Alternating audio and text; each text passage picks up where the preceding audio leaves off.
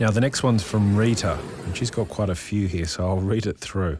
She says, "Hi Emily, I'm so sorry to have been such a slack and idle old tart with my delay in getting back to you following your lovely message to us all.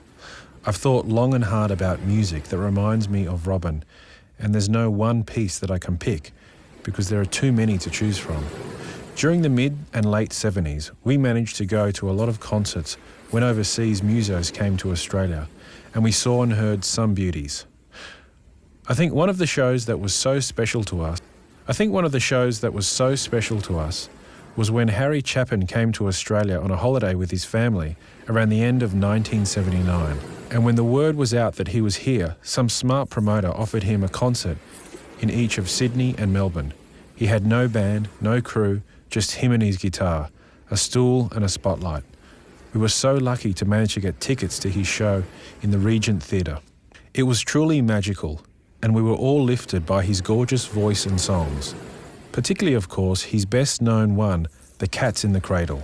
I think that show always remained a special one for us, as he died in the early 80s in a plane crash. There was always quite a crowd of us going to concerts. I'm not going to pretend to remember who went to which concert, but I was always sure it would be your mum and dad and Julie and me. Another special one was seeing Joe Cocker, and we all loved all his stuff. Mags and Felix were with us for that one, and we sat in the front rows, and we were so close to him that we could feel his spit land on us as he sung. Laughter played a big part in our lives back in the 70s. And one of the shows that cheered us up repeatedly was seeing Reg Livermore in the Bijou Theatre in Balmain. The biggest show that comes to mind was the Betty Blockbuster Follies. There are a couple of others that we saw too, but the names escape me.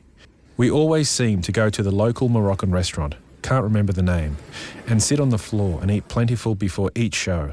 It was the whole package.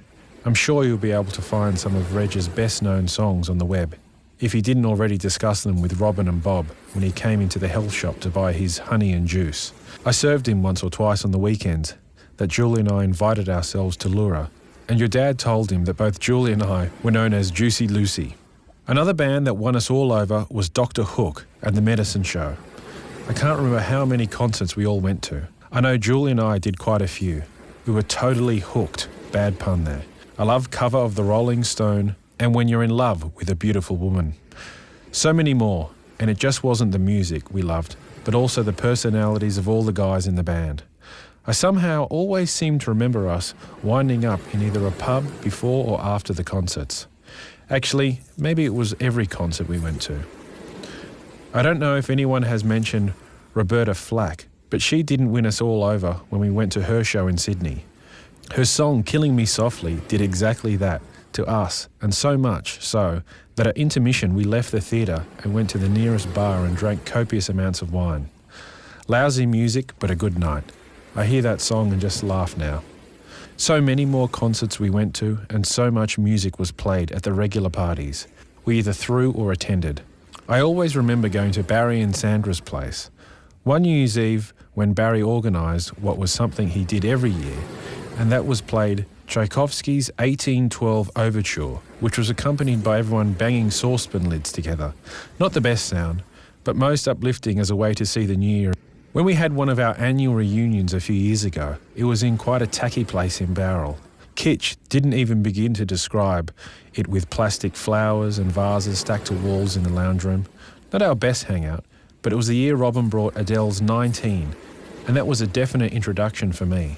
In fact, every year, your mum brought albums that I had either never heard before and either fell in love with or occasionally never wanted to hear again.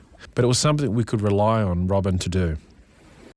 I'm sure as I send this off too, you'll probably remember even more music that played such an integral part in our lives. I'm listening to Dr. Hook even as I write this. I still love them. I'm sure you and James will have your work cut out putting this wonderful package together. And I hope and pray she feels the love that goes with the music from all of us. Very special love for an extremely special lady. Lots of love, Rita. And she's a little PS. Probably The Cats in the Cradle reminds me so much of the concert, so I hope it does it for your mum too. Fingers crossed.